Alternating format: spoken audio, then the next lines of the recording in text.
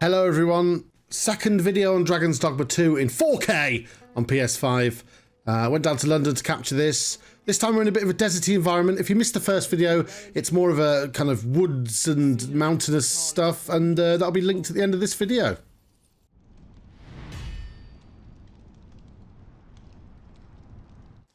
So, in this video we are playing as the Magick Archer, which is another vocation which is exclusive to the Arisen. And the Arisen is the character that you're playing. Someone who's had their heart stolen by a dragon and, I don't know, is using it to put his on his mantelpiece or something.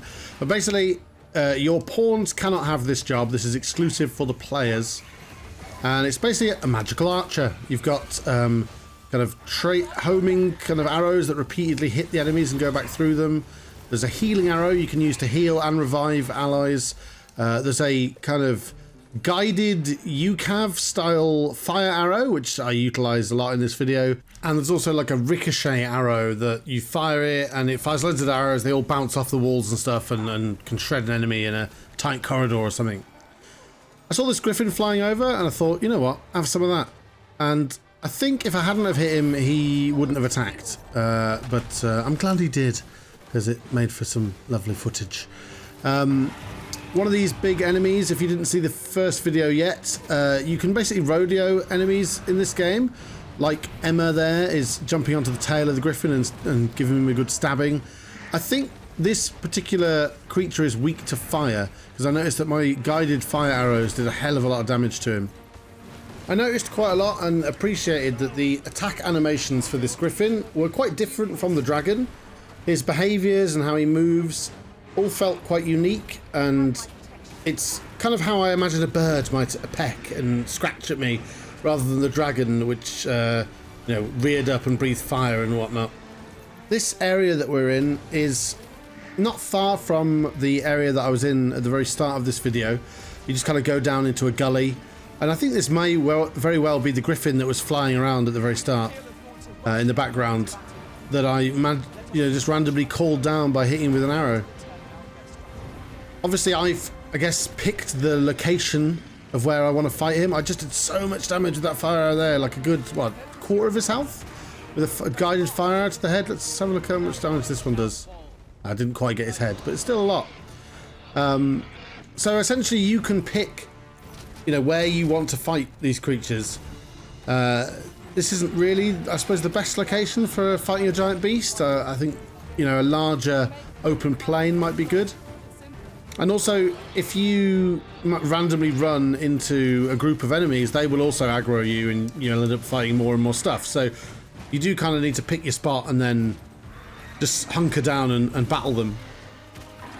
But I think we've got a nice formation here. Luke and Emma, the thief and the warrior, they seem to be keeping him tied up in melee while I'm just doing lots of damage at range. And then Mally, the mage, is keeping everybody healed. And you can change out your pawns, you can hire different pawns. You meet them as you're walking around and they'll just randomly talk to you, and then you can hire them and kind of, you can only ever have 3 though. So I think Mally is, in this, when you start the game, apparently you get a pawn that is kind of always with you. But then the other 2 you can randomly recruit in the world and you can switch them out. But you can only ever have 4 people in your party, if you like. You, 2 kind of random people you've recruited, and then the person that's with you from the start. Now, unfortunately, I'm not able to show you the menus or the inventory or even the big map. But the map was really, really big, and this is just one small kind of section and region on the larger map. And I think that the armors and the stats, it's a very in-depth RPG, and I think for people who absolutely love RPGs, you're gonna be able to build out not only your character, but your pawns and your party members, their skills, their abilities, their armors. So I think that's got a lot of potential to just have a hell of a lot of depth. The town or city that I started in had a lot of cat people, so I think this might even be the region of the cat people. Unfortunately, I'm only allowed to show 20 minutes of footage total across the 2 videos today that I've released. But I will be playing this on Twitch very, very soon, so we're going to be able to explore and get deep into that. There's a full day and night cycle, But I did cut out quite a lot of the nighttime gameplay because, well, the thing about night is it's pitch. You do have a little lantern on your hip. You can actually see that on the character now, and if you hold R1 and left on the D-pad or something like that, it turns on the lantern. I think for the Dragon's Dogma series from the first game, it is a bit of a thing that nighttime is meant to be very, very dark. So, yeah, good for gameplay, but I thought for YouTube, let's have some daylight so you can actually see all the creatures and see all the animations and stuff. And there's plenty of time for nighttime gameplay another time. Well, we've nearly finished this Griffin now, and I think, you know, rightfully, I should climb on his head and stab him to ribbons to finish him off. Get Luke the Thief to come in and help. And that's lovely. That's the Griffin felled. First time. World first. Well, for me, anyway. You can loot all the creatures that you get. Presumably there'll be, I'm not sure if that's gold ore, great Griffin claw, probably rare craftable materials. There was a little cave I ventured into, and I used the ricochet arrow in there. But there simply just isn't enough time to show you all the cool things I did in this game. There's harpies, there's orcs, there's kind of hobgoblins, ogres, werewolves, minotaurs, dragons. And that's just, I saw all that kind of stuff in like 2.5 hours, 3 hours. Golems, skeletons, saurians, like, you know, lizard men. There's one, he's dead. There's a golem over there. Yeah, there's a lot of variety in the enemies and a lot of variety in the items. I really wanted to kind of just dig into the crafting, but I had such limited time. I had to just get on and try and get as much footage and explore as much as I could so we could see all of the different landscapes. There's like a little blue river down here, adding a bit of green into the desert. I think about now we should hear a Cyclops, I think it is, that attacks me. I like that, his roar waved the bushes a little bit. There he is. He's got a big club and some tusks. Looks like Hagrid's stepbrother or whatever he is in Harry Potter. So again, different attack styles for the enemies than the previous kind of big werewolfy kind of Bigfoot guy I'd fought with the Mystic Spear Hand character in the previous video. Obviously being ranged means I could just pick my shots and let the party get on with it, but you do have to like keep aware that, you know, if they're getting too low, you've got to support them.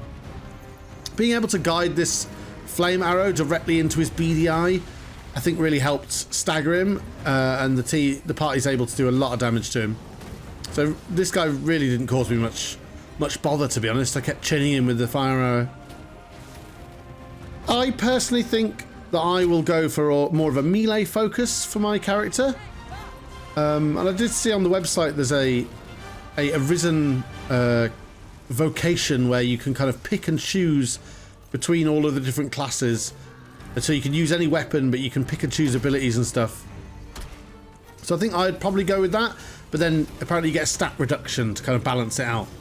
But that sounds like more fun to me, so I can find all the best abilities and make just simply the best character ever. So yeah, that chap didn't last long. And in true style for this character now, I'm going to run over and stab him in the back of the head. Because he's not dead yet. And now he is. It's really nice, really lovely character models on the enemies, especially the big ones. I could have rodeoed him, but obviously as an archer there was not really much point. As we kind of approach the end of this video now, I was just trying to run down this river and see if I could find some content that no other YouTuber or outlet had found. And unfortunately I ran into and kited so many enemies that I was dispatched quite quickly. So yeah, we're getting close to the end of the video now. If you haven't seen the first video, there's a completely different region and a different class, different enemies that I fight, including a dragon. So, you know, check that out. And if you do want to see more, make sure, if you're not already, to follow us on Twitch, as I will be playing this. I'll be doing a character creation stream this Friday, and then we'll be playing the game on launch as well. So yeah, thanks to Capcom for letting me record. Thanks for watching. Leave me a comment, let me know what you think about the game. Smash the like button, subscribe, all the YouTube stuff that people usually say at the end of YouTube videos. And I'll see you on Twitch. Bye!